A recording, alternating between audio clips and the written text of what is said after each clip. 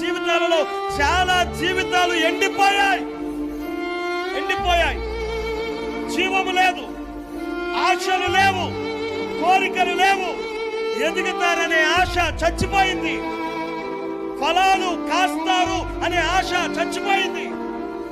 వారి జీవితంలో వారికున్న ఆశలన్నీ కూడా అడి ఆశలుగా మారిపోయి ఎండిపోయిన కర్రలాగా. దీనివల్ల ఎవరికైనా ప్రయోజనమా? దీనివల్ల ఎవరికైనా ఉపయోగమా?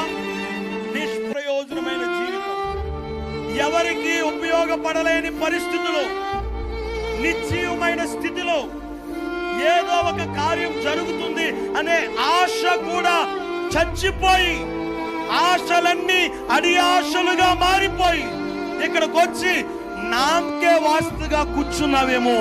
ఈ సెప్టెంబర్ మాసములో దేవుడు వాగ్దాన పూర్వకంగా నీతో ఒక మాట మాట్లాడుతున్నాడు. నీ ఎండిపోయిన జీవితాలను ఆయన చిగురింప చేయబోతా ఉన్నాడు.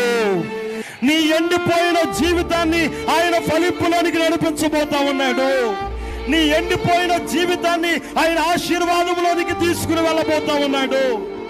అది సాధ్యమా?